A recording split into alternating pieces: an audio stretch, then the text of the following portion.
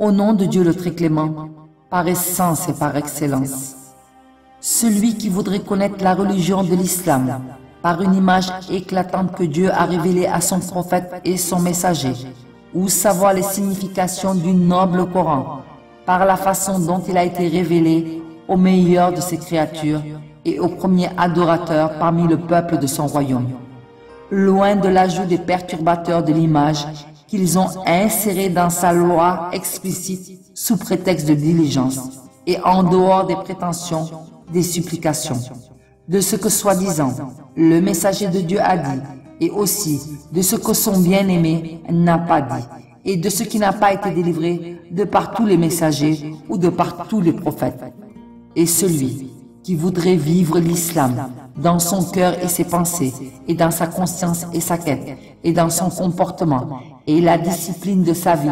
et dans la droiture de son chemin.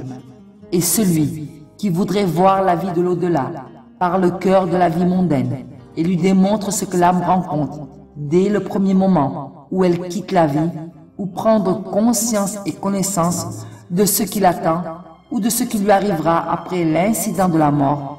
alors qu'il se redresse avec nous pour nous rejoindre et pour partager notre campagne missionnaire universelle pour éradiquer tous les aspects de l'athéisme, de débauche et de perversion, et pour déraciner les racines du polythéisme, du matérialisme et de l'athéisme, pour la purification des peuples et la guidance des serviteurs,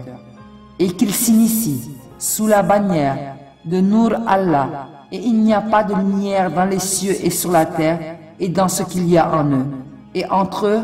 que la lumière d'Allah et que Nour Allah. Par le temps, l'homme est certes en perdition, sauf ceux qui croient et accomplissent les bonnes œuvres, s'enjoignent mutuellement la vérité et s'enjoignent mutuellement l'endurance.